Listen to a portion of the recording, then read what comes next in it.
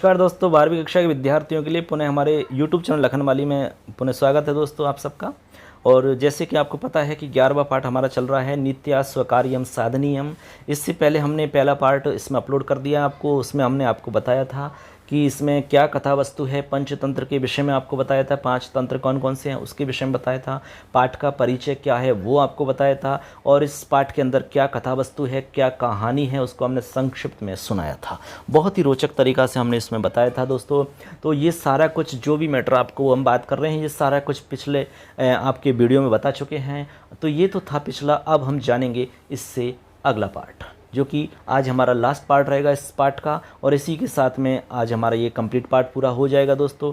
चलिए दोस्तों स्टार्ट करते हैं बिना किसी लंबी भूमिका के। आप सुन रहे हैं मैं आप सबका दोस्त लखनलाल माली। हमारे चैनल को जरूर सब्सक्राइब करें, अपने दोस्तों को जरूर शेयर करें। चलिए दोस्तों स्टार्ट करते हैं आज का ये पार्ट। आज कुछ नया सीख लें। चलिए दोस्तों सबसे पहले आप देखते हैं किताब की तरफ चलते हैं, और किताब में आप देखेंगे जो जो लिखा हुआ है उसका उच्चारण करेंगे। उसके बाद में एक एक शब्द को जानेंगे, जिससे कि बहुत ही आसान आप समझ सकते हैं, बहुत ही आसान तरीक़ा से आपको समझेंगे यहाँ पर।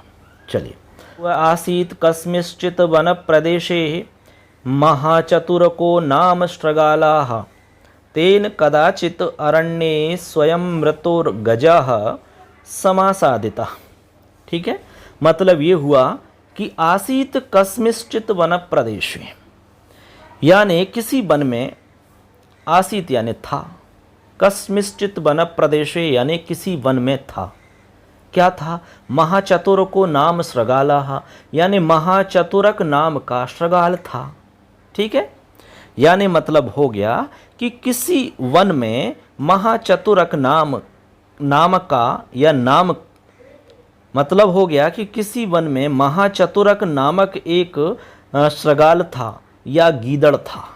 ठीक है, आसीत कस्मिंश्चित् वन प्रदेशे महाचतुरको नाम श्रृगालाः, तो महाचतुरक नाम का श्रृगाल था। ये एग्जाम में आया हुआ सवाल है दोस्तों, यहाँ से इस लाइन से। ठीक है ना, कि महाचतुर जो श्रृगाल था उसका नाम क्या था? महाचतुरक। ठीक है ना, तो इनको ध्यान से सुनना आप कहानी को और समझना, क्योंकि यहाँ से कौन किसके प्रति बोल रहा है ऐसा सवाल भी आया था एग्जाम में। तो वो आप कहानी समझ पाओगे तो ही आप अंदाज़ा लगा सकते हो, नहीं तो कुछ भी पता नहीं चलने वाला है। फिर आगे लिख रहा है कि तेन कदाचित अरण्य।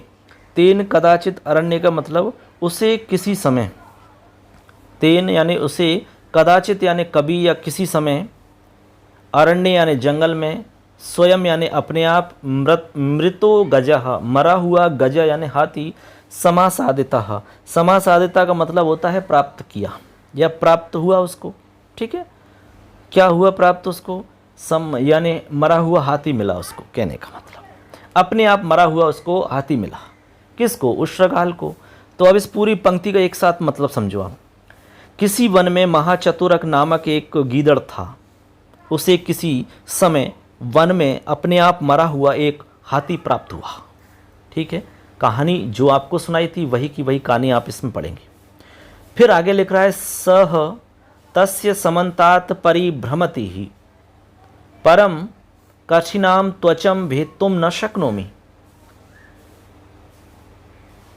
परम कठिनाम त्वचं भेत्तुम न शक्नोति, मतलब ये हुआ कि स यानी वह, तस्य समन्तात, तस्य समन्तात का मतलब होता है उसके चारों ओर। क्या अर्थ होता है? उसके चारों ओर। ठीक है, परिभ्रमति का मतलब भ्रमण करता है, घूमता है। परम यानी परंतु या किंतु, कठिनाम त्वचम, कठिनाम यानी कठिन, त्वचम यानी त्वचा या उसकी चमड़ी। ठीक है, भेत्तुम न शक्नोति, भेत्तुम का मतलब होता है भेदना या चीरना। ठीक है, भेत्तुम या चीरने के लिए, शक्नोति शकता है, न यानी नहीं। तो मतलब ये हो गया दोस्तों, इस पूरी लाइन का अर्थ हो जाएगा स तस्य समन्तात् परिभ्रमति परम कठिनाम त्वचं भेत्तुम न शक्नोति। मतलब ये हुआ कि किंतु, यहाँ से आप देखेंगे स तस्य यानी वह उसके चारों ओर घूमता है, किंतु हाथी की कठोर चमड़ी को काटने में समर्थ नहीं हुआ। काटने में समर्थ नहीं हो सकता है वो। ठीक है, मतलब हुआ कि चारों तरफ घूमता है लेकिन उसकी जो कठोर चमड़ी थी ना, बहुत मजबूत चमड़ी थी, उसको काटने में समर्थ नहीं हो सका। तो ये इसका मतलब हुआ इस पंक्ति का। उसको चीर नहीं सका उसकी चमड़ी को, जब तक चीरेगा नहीं खाएगा कैसे उसको। फिर आगे लिख रहा है अथ अत्र अवसरे इतस्तेतश्च विचरण कश्चित् सिंहस्तत्रैव प्रदेशे समाययौ। समझ गए बात।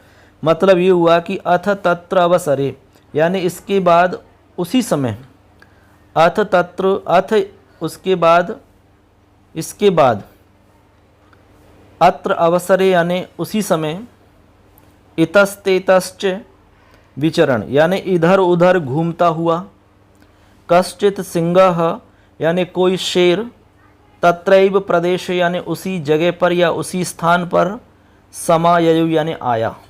मतलब समझ गए। आपको पता था कि भाई चमड़ी को काटने में समर्थ नहीं हुआ तो वो उसके चारों तरफ घूम रहा है, तब लिखा हुआ है यहाँ पंक्ति में अथ अत्र अवसरे यानी इसके बाद उसी समय इधर उधर घूमता हुआ कोई शेर उस जगह पर आ गया, यानी उसी स्थान पर आ जाता है। कौन? एक शेर आ जाता है। अब सुनो आगे क्या होता है। अथ सिंहः समागतं दृष्ट्वा स क्षितितलविन्यस्तमौलिमण्डलाः संयोजितकरयुगलाः स विनयमुवाच। देखिए मतलब क्या है, पहले शब्दों का अर्थ समझ लो, उसके बाद में इस पंक्ति का अर्थ आपको बता दिया जाएगा। लिखा हुआ है कि अथ सिंहः समागतं दृष्ट्वा, उसके बाद सिंह को आता हुआ देखकर, सिंहः समागतं दृष्ट्वा, समागतम यानी आता हुआ, दृष्ट्वा यानी देख करके, स यानी वह, क्षितितल विन्यस्त मौलिमंडलाः, क्षितितल का मतलब होता है भूमि पर, ठीक है, और विन्यस्त मौलिमंडला का मतलब मस्तक झुकाकर। तो इस पूरे शब्द का एक साथ अर्थ हो जाता है क्षितितल विन्यस्त मौलिमंडला का अर्थ हो जाता है बच्चों भूमि पर मस्तक झुका करके, ठीक, यानी जैसे अपन ढोक देते ना मंदिर में जाके, तो ऐसे भूमि पर मस्तक झुका करके, संयोजित कर युगलम, युगलः मतलब दोनों हाथों को जोड़कर, संयोजित कर युगलः यानी दोनों हाथों को जोड़कर, सविनयम उवाच यानी विनय पूर्वक बोला। मतलब समझ गए इस लाइन का। तो इस लाइन का मतलब है शेर को आता हुआ देखकर वह श्रृंगाल भूमि पर मस्तक झुका करके और दोनों हाथ जोड़ करके विनम्रता पूर्वक बोला। अब क्या बोला वो आगे लिखा हुआ है।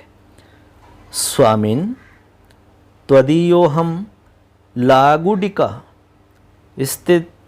स्थितस्त्वदर्थं गजमिमं रक्षामि। कहने लगा कि हे स्वामी, त्वदीयोऽहं लागुडिका, लागुडिका, त्वदीयोऽहं का मतलब मैं तुम्हारा ही, अहम यानी मैं, त्वदीयो यानी तुम्हारा, लागुडिका यानी पहरेदार, ठीक है, स्थितस्त्वदर्थम यानी स्थित हूँ, यहाँ पर बैठा हुआ हूँ, किसके लिए? तुम्हारे लिए ही, गजमिमं रक्षामि, मैं आपके लिए इस गज की रक्षा कर रहा हूँ, यानी साथी की रक्षा में बैठा हुआ मैं आपके लिए। तो कह रहा है कि हे स्वामी मैं तुम्हारा पहरेदार हूँ और यहाँ बैठ कर के मैं आपके लिए ही इस हाथी की रक्षा कर रहा हूँ, यहाँ स्थित होकर के मैं तुम्हारे लिए ही, त्वदर्थम तुम्हारे लिए ही इस हाथी की रक्षा कर रहा हूँ, ठीक है। तदेनम भक्षयतु स्वामी, फिर लिखा हुआ आगे तदेनम भक्षयतु स्वामी, कि हे स्वामी इसीलिए आप इसका भक्षण करें, एनम यानी इसका भक्षण करें आप, हे स्वामी मैं आपके लिए यहाँ पर पहरेदार हूँ और मैं यहाँ पर बैठ कर के आपके लिए ही इसकी रक्षा कर रहा हूँ हाथी की, आइए आप इसका भक्षण करें। अब आगे देखते हैं, आगे लिखा हुआ तम प्रणतम दृष्ट्वा सिंह प्राह, मतलब ये हुआ कि उसको प्रणाम करता हुआ देखकर सिंह बोला। तम प्रणतम यानी प्रणाम करता हुआ, दृष्टवा यानी देखकर, सिंह यानी शेर, प्राह यानी बोला। तो उसको प्रणाम करता हुआ देखकर सिंह बोला। क्या बोला? भो नाहमन्येन हतम सत्वम कदाचिदपि भक्षयामि। समझ गए बात को? मतलब ये हुआ कि अरे न अहम अन्येन हतम, यानी मैं दूसरे के द्वारा मारे गए सत्वम यानी जीव को कभी भी नहीं खाता हूँ। मैं दूसरे के द्वारा मारे गए जीव को कभी भी नहीं खाता हूँ। उक्तंच कहा भी गया है, और कहा भी गया है तो हाथी जो शेर है उसने साफ साफ बता दिया कि आप क्या कह रहे हो भाई, मैं दूसरे के द्वारा मारे हुए जीव को कभी भी नहीं खाता हूँ, क्योंकि कहा भी गया है। क्या कहा गया है सुनिए। कहा गया है कि वनेपि सिंहा मृगमांस भक्ष्याः विभुक्षिता नैव तृणं चरन्ति एवं कुलीना व्यसना विभूताः न नीति मार्गम परिलंघयन्ति। बहुत ही सुंदर कि वनेपि सिंहाः मृगमांस भक्ष्याः विभुक्षिता नैव तृणं चरन्ति एवं कुलीना व्यसना विभूता न नीति मार्गम परिलंघयन्ति। यानी जिस प्रकार कुलीन व्यक्ति विपत्तिग्रस्त होने पर भी नीति के मार्ग का उल्लंघन नहीं करते ना, उसी तरह वन में मृगों का मांस खाने वाले शेर भूखे होने पर भी कभी भी घास नहीं चरते हैं। बात समझ रहे हो कि नहीं? तो इस श्लोक का मतलब समझो। श्लोक का मतलब है बहुत ही सरल है और बहुत ही अच्छा इसका अर्थ है। लिखा हुआ है कि वनेपि मृगमांस भक्ष्याः सिंहा विभुक्षितापि तृणम नैव चरन्ति। मतलब वने यानी वन में, अपि यानी भी, सिंह यानी शेर, मृग मांस भक्षा। मृग मांस भक्षा का मतलब मृगों का मांस खाने वाले, ठीक है, मृगों का मांस खाने वाले। बुभुक्षिता यानी भूखे, नैव यानी नहीं, तृणम यानी घास, चरन्ति यानी चरते हैं, एवं यानी इस प्रकार, कुलीन यानी कुलीन व्यक्ति, व्यसनाभिभूता। व्यसनाभिभूता का मतलब होता है विपत्तिग्रस्त। न यानी नहीं, नीति मार्ग में नीति के मार्ग को परिलंघयन्ति यानी उल्लंघन नहीं करते हैं, यानी उल्लंघन करना, और न यानी नहीं तो उल्लंघन नहीं करते हैं। ठीक है, ये इसके शब्द हैं, बहुत ही सरल सरल हैं। अब इस श्लोक का अर्थ हो जाएगा कि वन में मृगों का मांस खाने वाले सिंह भूखे होने पर भी कभी घास नहीं चरते, इसी प्रकार कुलीन व्यक्ति विपत्तिग्रस्त होने पर भी नीति के मार्ग का उल्लंघन नहीं करते। मतलब समझ गए? यानी जंगल में या वन में रहता हुआ शेर जो कि मृग का मांस का भक्षण करता है, वो विभुक्षित नैव तृणम चरन्ति, भूखा होने पर कभी भी घास को नहीं चरता है। उसी प्रकार जिस प्रकार कुलीन व्यक्ति विपत्तिग्रस्त होने पर भी न नीति मार्गम परिलंघयन्ति, नीति के मार्ग को कभी भी नहीं छोड़ता है, नीति के मार्ग का उल्लंघन नहीं करता है। ये इसका मतलब है। तो ये कौन बताता है? उससे शेर कहता है। इस प्रकार से इस श्लोक का अर्थ हो जाता है। अब चलते हैं आगे। तत्तवैव गजोयम मया प्रसादीकृता। मतलब ये हुआ, प्रसादीकृता का मतलब अनुग्रह के रूप में दिया हुआ, यानी उसको उसकी कृपा एक तरह से कृपा दृष्टि हुई उसके ऊपर कि चलो ठीक है आप खाओ इसको आराम से। तत्तवैव गजोयम मया प्रसादीकृता। मतलब ये हुआ कि इसलिए यह हाथी मेरे द्वारा तुम्हें पुरस्कार के रूप में दे दिया है। जो शेर है वो शेर उससे खुश हो गया, उसने देखा कि प्रणाम कर रहा है, झुक रहा है और इस प्रकार से नम्र व्यक्ति है, तो चलो ठीक है ये शेर तेरे लिए प्रसाद के रूप में दे दिया है।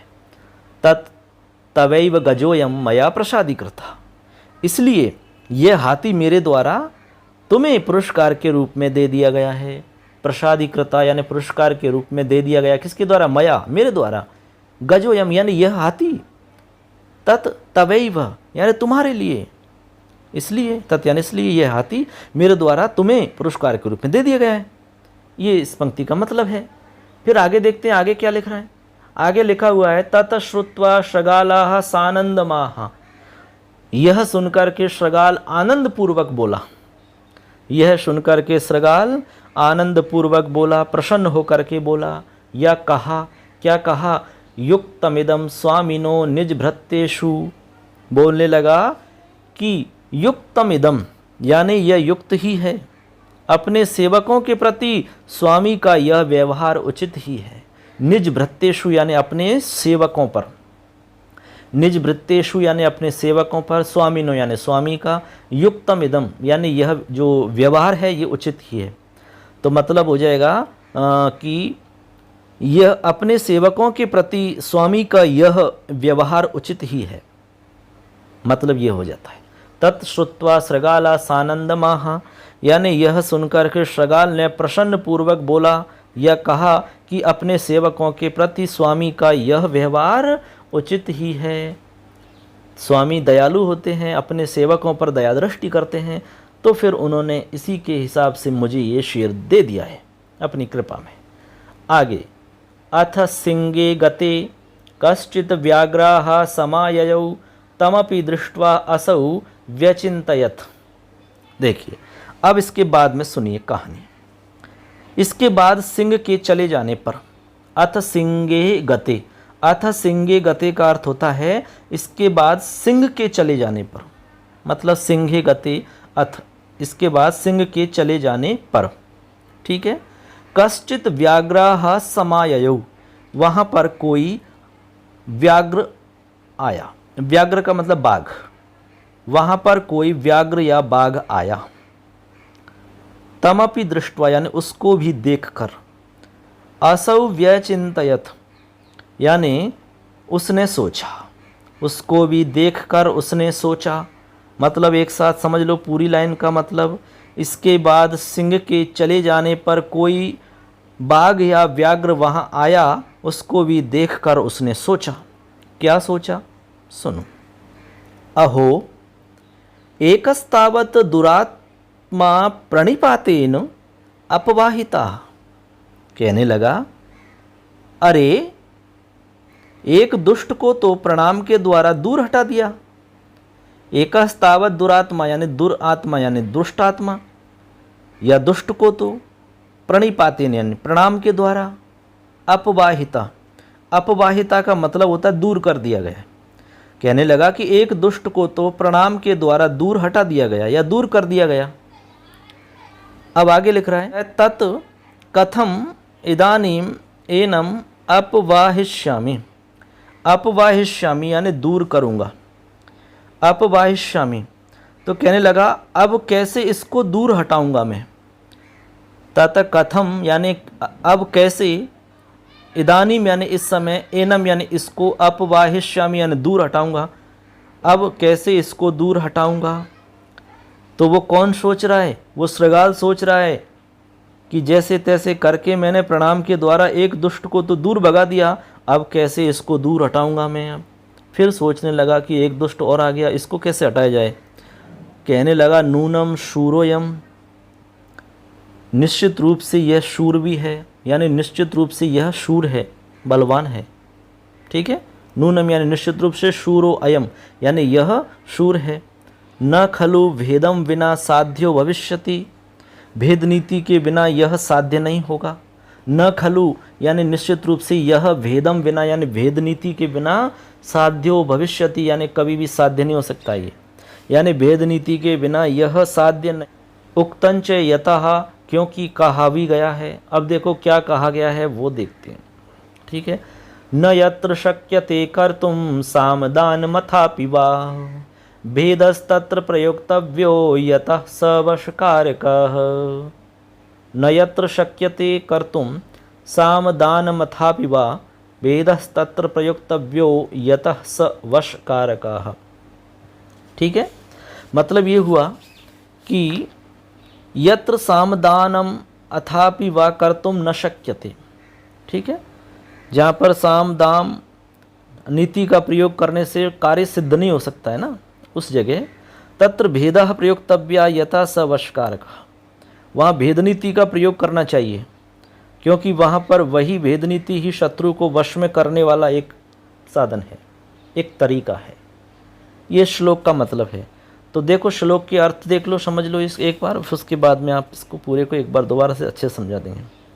तो इसका मतलब है न यत्र न यानी नहीं, न यानी नहीं, यत्र यानी जहाँ, शक्यते यानी शकना, कर्तुम यानी करने के लिए, साम यानी साम जानते हैं आप, साम दाम दंड भेद, साम दान अथापि वा। ठीक है, वा यानी अथवा, साम दान अथापि वा। भेद यानी भेद, प्रयोक्तव्य यानी प्रयोग करना चाहिए, यथा क्योंकि, स यानी वह, वशकारक यानी वश में करने वाला, वश में करने वाला वशकारक होता है। अब देखो इसका मतलब ये होता है कि न यत्र सामदानम अथापि वा कर्तुम न शक्यते, ठीक है, तत्र भेदः प्रयोक्तव्यः यतः स वशकारकः। मतलब ये हुआ श्लोक का अर्थ हो जाता है सीधा सा कि जहाँ पर साम तथा दान नीति का प्रयोग करने से, यत्र न शक्यते कर्तुम साम दानम अथापि वा, जहाँ पर साम तथा दान नीति का प्रयोग करने से कार्य सिद्ध नहीं हो सकता है, वहाँ पर भेद नीति का प्रयोग करना चाहिए, क्योंकि वहाँ भेद नीति ही शत्रु को वश में करने वाला होता है। यानी भेद नीति का ही एक तरीका होता है शत्रु को वश में करने का। इसलिए जहाँ पर साम और दान नीति जो हैं, जब इनसे कार्य नहीं होता है तो हमें भेद नीति का प्रयोग करना चाहिए, क्योंकि भेद नीति से ही शत्रु को वश में किया जा सकता है, उसको परास्त किया जा सकता है। आगे लिख रहा है किंच सर्वगुण संपन्नोपि भेदेन बध्यते एवं संप्रधार्य तस्याभिमुखो भूत्वा गर्वादुन्नताः कंधराः ससंभ्रमम् उवाच माम कथमत्र भवान मृत्युमुखे प्रविष्टाः। तब कहने लगा, ये सारी चीज सोच करके कहने लगा, वो क्या कहने लगा सुनिए। किंच, किंच का मतलब और भी, किंच यानी और भी। कह रहा है कि सर्वगुण संपन्नोपि, यानी सभी सर्वगुण संपन्न होने पर भी, मनुष्य सर्वगुण संपन्न होने पर भी भेदेन यानी भेद नीति के द्वारा वश में किया जा सकता है, बध्यते यानी वश में किया जा सकता है। एवं यानी इस प्रकार, संप्रधार्य, संप्रधार्य यानी विचार करके, ठीक है, तस्याभिमुखो यानी उसके सामने होकर, गर्वात उन्नतः कंधरा यानी गर्व से ऊंचा कंधा किया हुआ, ससंभ्रमम उवाच यानी घबराहट पूर्वक बोला, माम यानी हे मामा, हे मामा जी, कथम यानी क्यों, अत्र यानी यहाँ, भवान यानी आप, मृत्यु मुख यानी मृत्यु के मुख में, प्रविष्टा यानी प्रवेश किया या प्रवेश कर गए हो, यानी प्रवेश कर गए हो, प्रविष्टा यानी प्रविष्ट कर गए हो, ठीक है। अब इसका मतलब एक साथ समझो आप। और भी, किंच यानी और भी, सर्वगुण संपन्न होने पर भी मनुष्य भेदनीति के द्वारा वश में किया जा सकता है। इस प्रकार विचार करके उस व्याघ्र के सामने होकर गर्व से ऊंचा कंधा किया हुआ वह श्रगाल घबराहट पूर्वक बोला, हे माम, हे मामा जी, क्यों आप यहाँ मृत्यु के मुख में प्रवेश कर गए हो, आप क्यों इस मृत्यु के मुख में आ गए हो। इस प्रकार से कौन बोला, श्रगाल बोला। किससे, उस व्याघ्र से बोला। आगे देखिए, आगे लिखा है येन एषाः गजाः सिंहेन व्यापादिताः। व्यापादिता का मतलब मारा गया, ठीक है, क्या मारा गया।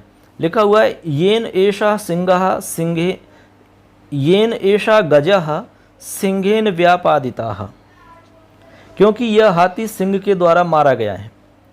येन एषाः गजः सिंहेन व्यापादिताः, क्योंकि यह हाथी जो है वो शेर के द्वारा मारा गया है। किसके द्वारा मारा गया है, शेर के द्वारा। व्यापादिता यानी मारा गया है, सिंगेन यानी शेर के द्वारा, गजा यानी हाथी, ऐशा यानी यह, ठीक है।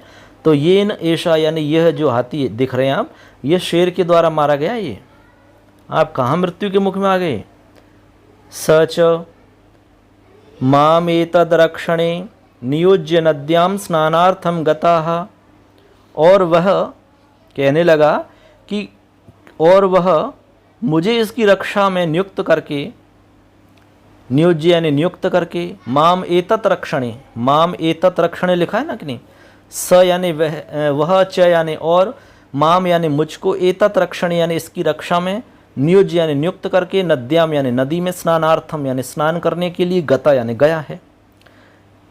तो मतलब हो गया इसका कि और वह मुझे इसकी रक्षा में नियुक्त करके नदी में स्नान करने के लिए गया है, ठीक है, नदी में स्नान करने के लिए गया हुआ है। कौन, वो शेर जो है वो मेरे को आदेश करके गया है, ये काम रक्षा के लिए मुझे छोड़ गया, नियुक्त करके गया है, और खुद कहाँ गया है, नदी में स्नान करने के लिए।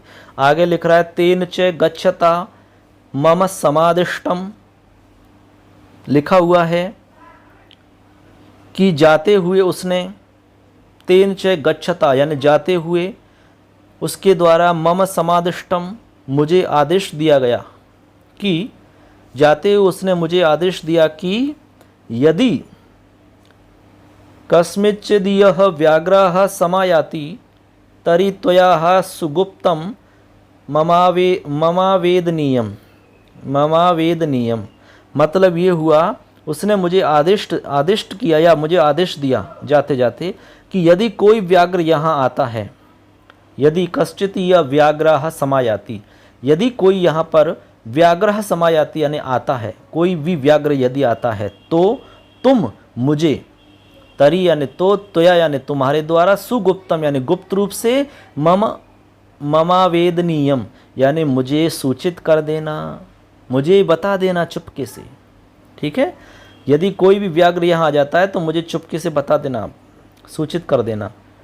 येन वनमिदं मया निर्व्याघ्रम कर्तव्यम, जिससे मैं यह वन व्याघ्र रहित कर दूंगा, जिससे यह वन में व्याघ्र रहित कर दूंगा। येन जिससे, वनम इदम ये पूरे वन को ही मैं, मया यानी मेरे द्वारा, निर्व्याघ्रम कर्तव्यम निर्व्याघ्र कर दूंगा, सारे बाघों को मार के भगा दूंगा मैं, एक भी व्याघ्र को नहीं छोड़ूंगा मैं, निर्व्याघ्र कर दूंगा। ठीक है, ये इसका मतलब होता है। आगे लिख रहा है यतः पूर्वम व्याघ्रेनैकेन मया व्यापादितो गजाः शून्ये भक्षयित्वा उच्छिष्टताम नीताः। वो कह रहा है क्योंकि, यतः क्योंकि, पूर्वम यानी पहले, व्याघ्रेण एकेन मया यानी पहले किसी एक व्याघ्र के द्वारा, व्याघ्रेण एकेन मया यानी पहले किसी एक व्याघ्र के द्वारा, मया यानी मेरे द्वारा, व्यापादितो गजा यानी मेरे द्वारा मारे गए, व्यापादितो यानी मारे गए, गजा यानी हाथी को, शून्य, शून्य यानी एकांत में, शून्य यानी एकांत में, भक्षयित्व यानी खा करके, उच्छिष्टताम नीता यानी झूठा कर दिया गया था। मतलब ये हुआ कि क्योंकि पहले किसी एक व्याघ्र के द्वारा, मेरे द्वारा मारे गए हाथी को एकांत में खा करके झूठा कर दिया गया था। ठीक है, ये मतलब है उसका। तब आगे लिख रहा है तद दिनादारभ्य व्याघ्रान प्रति प्रकुपितोस्मि, उसी दिन से मैं व्याघ्रों के प्रति क्रोधित हूँ। तद दिनात लिख रहा है ना, यहाँ देखो ये तत् दिनात आरभ्य, उसी दिन से मैं व्याघ्रान प्रति यानी व्याघ्रों के प्रति प्रकुपितोस्मि यानी क्रोधित हूँ। ये इसका मतलब है, यानी कि पहले मैंने एक हाथी को मारा था और शून्य में एकांत में जानकर को उसको झूठा कर दिया था किसी एक व्याघ्र ने। उसी दिन से मुझे व्याघ्रों से नफरत है, बहुत ज़्यादा गुस्सा है मुझे व्याघ्रों पर, जहाँ भी दिख जाए मैं उसे मार डालूंगा, ऐसा उसने उसको समझाया। आगे सुनते हैं आगे क्या लिख रहा है। आगे लिखा हुआ तत्श्रुत्वा, देखिए तत्श्रुत्वा व्याघ्राः संत्रस्ताः तमाः। तत्श्रुत्वा यानी यह सुनकर के व्याघ्र ने भयभीत होते हुए, संत्रस्ता यानी भयभीत होकर के, तमाह उसने कहा, उससे कहा, यह सुनकर के व्याघ्र ने भयभीत होते हुए उससे कहा। तत्श्रुत्वा व्याघ्राः संत्रस्ताः तमाह यानी यह सुनकर के व्याघ्र ने भयभीत होते हुए उससे कहा। अब क्या कहा सुनिए, उसने कहा कि भो भागिने देही में प्राण दक्षिणाम। भागिने का मतलब होता है भांजा, ठीक है, बहन का पुत्र। तो कहने लगा कि हे भांजे मुझे प्राणों की भिक्षा दो, देही में प्राण दक्षिणाम, हे भांजे मुझे। तो कहने लगा कि हे भांजे मुझे प्राणों की भिक्षा दो। ठीक है, अब देखो यहाँ तक हो गया। इसके बाद में फिर आगे क्या लिख रहा है, आगे क्या बोला, त्वया तस्य अत्र चिराय आया तस्यापि मदीया कापि वार्ता न आख्येया, कापि वार्ता न आख्येया। ठीक है, तो कहने लगा कि त्वया तस्य अत्र चिराय, कहने लगा कि तुम या तुम्हारे द्वारा, तस्य अत्र चिराय आया तस्य अपि यानी सिंह के विलंब से आने पर भी, चिराय यानी देरी से आने पर भी, मेरी कोई भी बात नहीं कहना। कापी वार्ता ने आख्या, यानी तुम्हें नहीं कहनी चाहिए। आख्या यानी कहनी चाहिए, ठीक है, न यानी नहीं। तो मेरी यहाँ पर कोई भी बात उसको नहीं बतानी है आपको कि वो आया था। यहाँ पर आए हुए को, आया था से यानी आए हुए को, ठीक है। तो इस प्रकार से उसने कहा कि तुम उस सिंह के विलंब से आने पर भी मेरी कोई भी बात उसको नहीं कहना, एक भी बात मत बताना कि वो ऐसे ऐसे यहाँ आया था। इतना डरा हुआ था वो। आगे देखते हैं आगे क्या हुआ फिर। तो आगे लिख रहा है, एवं अविधाय सत्वरम पलायन चक्र, सत्वरम यानी शीघ्रता से, और पलायन चक्र यानी भाग गया। ऐसा कह करके वह शीघ्रता पूर्वक भाग गया। एवं अविधा यानी ऐसा कह करके, एवं यानी इस प्रकार, अविधा यानी कह करके, सत्वरम यानी शीघ्रता से, पलायन चक्र यानी भाग गया। कौन भाग गया? व्याघ्र। ऐसा कह करके वह शीघ्रता पूर्वक भागे व्याघ्रे तत्र कश्चित द्वीपी समायाता, मतलब इसके बाद व्याघ्र के चले जाने पर कोई चीता वहाँ आया। अथ गते व्याघ्रे यानी इसके बाद व्याघ्र के चले जाने पर, तत्र यानी वहाँ, कश्चित द्वीपी समायाता, कश्चित यानी कोई, द्वीपी यानी चीता, समायाता ने आया, मतलब इसके बाद व्याघ्र के चले जाने पर कोई चीता वहाँ पर आया। अब जैसे तैसे करके व्याघ्र को तो भगा दिया, अब वहाँ पर कोई चीता आ जाता है, ठीक है। आगे देखते हैं, लिखा हुआ है, तमपि दृष्ट्वा असौ व्यचिन्तयत् दृढ़ दंष्ट्रोयम चित्रकाः, तो उसको देख करके भी सोचने लगा। क्या? उसे देखकर भी वह श्रृगाल सोचने लगा। तमपि दृष्ट्वा, तमपि यानी उसको भी, दृष्ट्वा यानी देखकर, असौ यानी वह, व्यचिन्तयत् यानी सोचने लगा। क्या सोचने लगा? क्या? दृढ़ दंष्ट्रोयम चित्रकाः, यानी यह चीता मजबूत दांतों वाला है, ठीक है। दृढ़ दंष्ट्र यानी मजबूत दांतों वाला, चित्र का यानी चीता। तो सोचने लगा कि यह चीता मजबूत दांतों वाला है, यह अपने काम आ सकता है, ठीक है, मजबूत दांतों वाला है। तो तदस्य पार्श्वादस्य गजस्य यथा चर्म भेदो भवति तथा करोमि, तब वो सोचता है, तब कहने लगा, इसलिए तदस्य पार्श्वादस्य गजस्य यथा, यानी गजस्य पार्श्वात यानी समीप से, यानी निकट से, गजस्य यानी हाथी के, यथा यानी जिस प्रकार से, चर्म भेदा भवति जिस प्रकार से हाथी के पास से कुछ भी एक चर्म भेद हो जाए, यानी उसकी चमड़ी में कोई एक छेद हो जाए कैसे भी करके, बस वो अपने दांतों से कैसे भी छेद कर दे, इस प्रकार से तथा करोमि, मैं वैसा ही करता हूँ। तब कहने लगा कि तदस्य पार्श्वादस्य गजस्य यथा चर्म भेदो भवति तथा करोमि, इसलिए इसके द्वारा जैसे भी इस हाथी की चमड़ी में छिद्र हो जाए वैसा उपाय करता हूँ, यानी कैसे भी करके ये एक बार राजी हो जाए कि अपने दांतों से, मजबूत दांतों से हाथी के अंदर जो चमड़ी है उसको छेद कर दे, मैं वैसा ही कुछ करता हूँ, ये इसका मतलब है।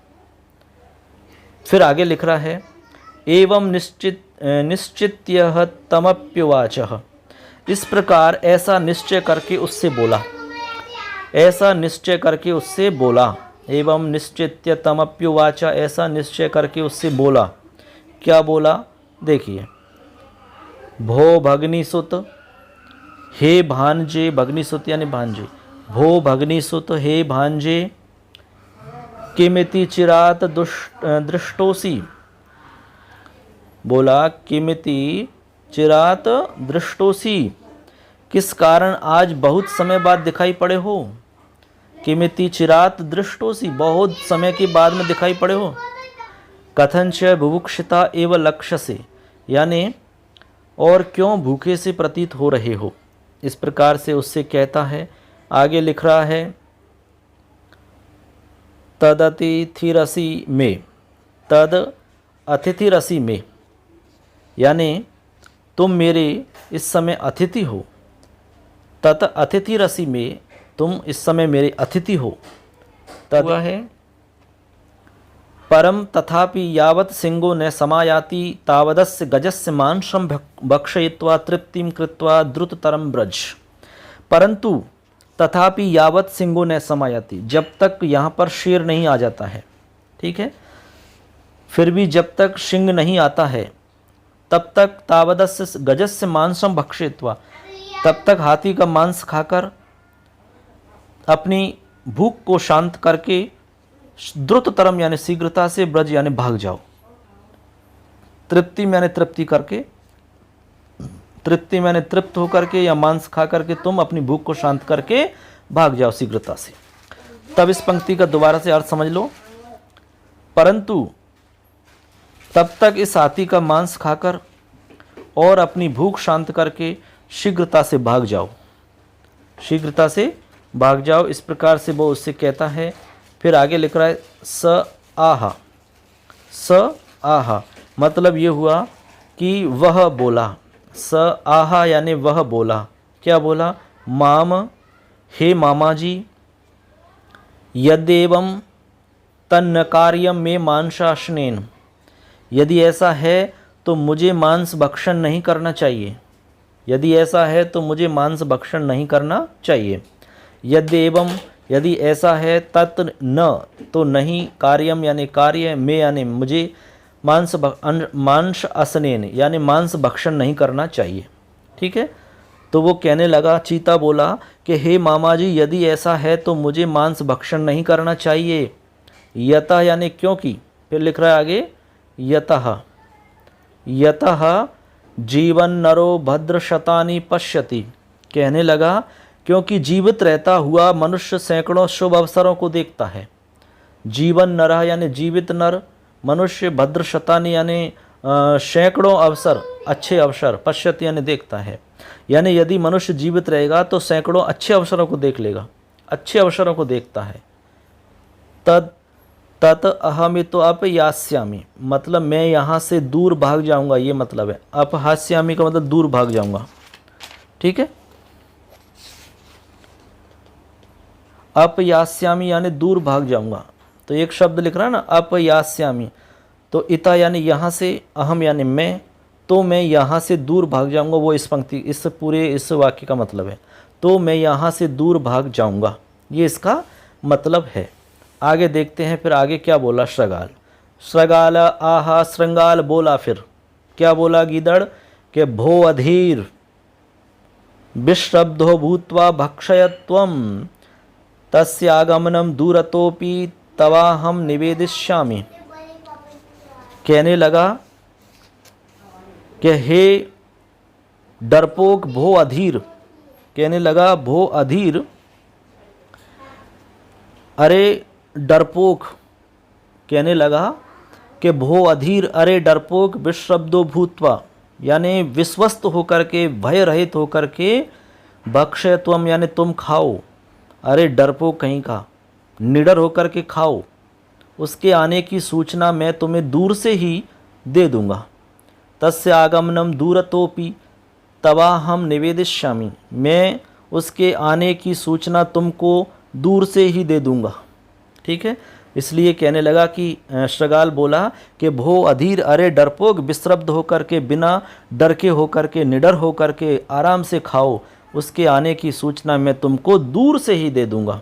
इस प्रकार से वो उसको बताता है। अब आगे देख, तथानुष्ठिते द्विपिनाः भिन्नां त्वचं विज्ञाय जम्बुकेनाभिहितं भो भगनीसुत गम्यताम एष सिंहः समायाति तद श्रुत्वा चित्रको दूरम प्रणष्टाः। मतलब सुनो, मतलब ये हुआ कि तथानुष्ठिते, तथानुष्ठिते का मतलब होता है आपका दूर करने पर, अनुष्ठिते यानी दूर करने पर। ठीक है। क्या दूर करने पर? स्थिते यानी इस प्रकार करने पर, द्विपिना भिन्नाम त्वचम विज्ञाय, चीते के द्वारा चमड़ी को काटा हुआ जानकर श्रगाल ने कहा। जम्बुक यानी श्रगाल, अभिहितम यानी कहा। ठीक है। किसने कहा? जम्बुक यानी श्रगाल ने कहा। कब कहा? चीते के द्वारा चमड़ी को काटा हुआ जान करके श्रगाल ने कहा। क्या कहा? भो भगनीसुत, अरे भांजे, गम्यताम भाग जाओ, ऐसा सिंह समायाति, यह शेर आ रहा है।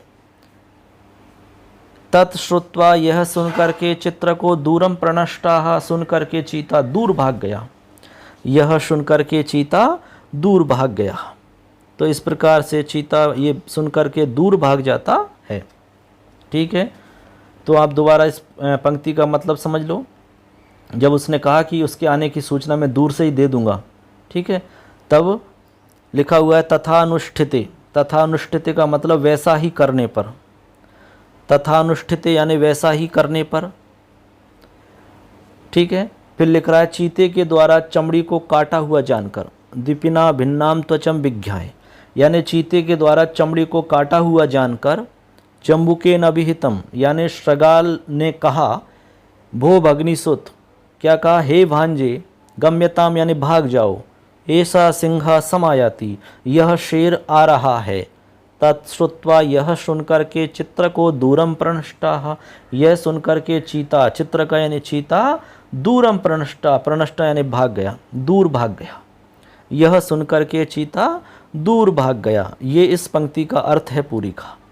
आगे देखो लिखा हुआ है अथ यावदशौ तद भेदकृत द्वारेण किंचिद मांसम भक्षयति तावत अति सक्रुद्धो अपराः श्रगालाः समाययौ। मतलब ये हुआ कि अथ यावदशौ, इसके बाद, ठीक है, जैसे ही वह श्रगाल चीते के द्वारा किए गए, एतद तद भेदकृत द्वारेण, यानी उस चीते के द्वारा किए गए छिद्र के मार्ग से कुछ मांस खाता है। किंचित मांसम भक्षयति यानी कुछ मांस खाता है। तद भेदकृत द्वारेण यानी उस चीते के द्वारा जो भेद किया गया था, जहाँ पर छेद किया गया था, उस जगह से वो कुछ मांस खाता है। ठीक है, और अथ यावदशौ का मतलब इसके बाद, जैसे ही। ठीक है, तो अब पूरी पंक्ति का मतलब बताएंगे। भक्षयति यानी खाता है, तावत अति सक्रुद्धो अपराह, अपरा यानी दूसरा, सक्रुद्ध यानी अत्यधिक क्रोधित, अत्यधिक क्रोधित दूसरा, श्रगाला वहाँ पर समाययु यानी आया। अब देखो एक साथ पूरी पंक्ति का मतलब सुनिए। इसके बाद जैसे ही वह श्रगाल चीते के द्वारा किए गए उस छिद्र के मार्ग से कुछ मांस खाता है, वैसे ही वहाँ पर बहुत ज़्यादा क्रोधित एक दूसरा श्रगाल आ जाता है। वहाँ पर दूसरा श्रगाल आ जाता है।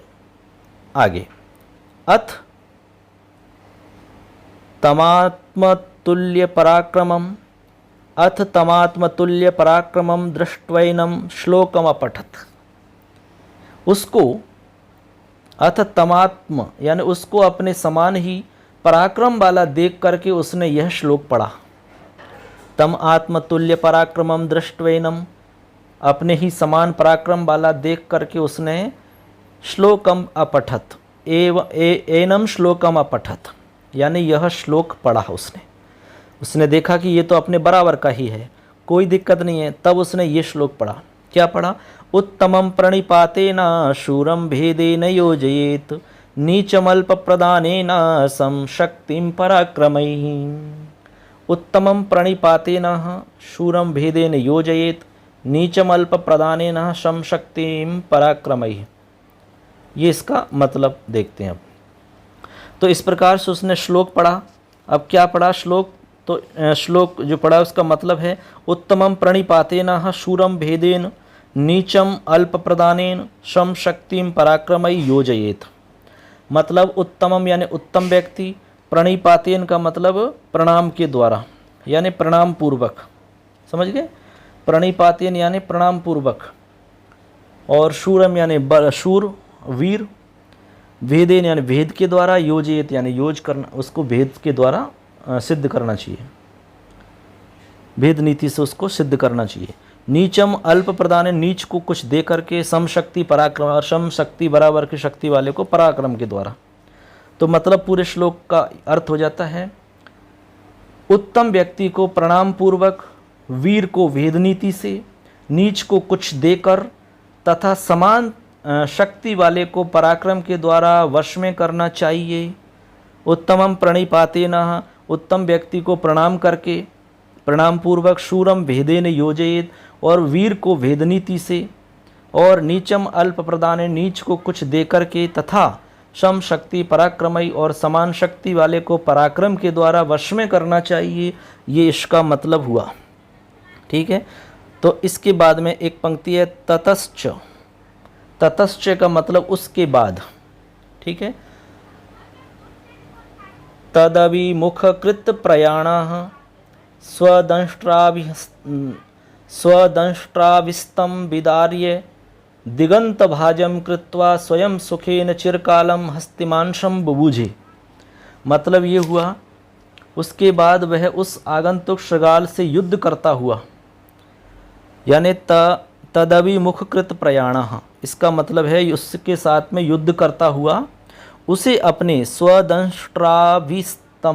यानी अपने दांतों के द्वारा, विदार्य का मतलब चीर कर, उससे अपने दांतों से उसको चीर कर, दिगंत भाजम कृत्वा यानी उसको मार करके, दिगंत भाजम यानी उसको मार करके, यानी मृत्यु के मुख में पहुंचा करके, ठीक है।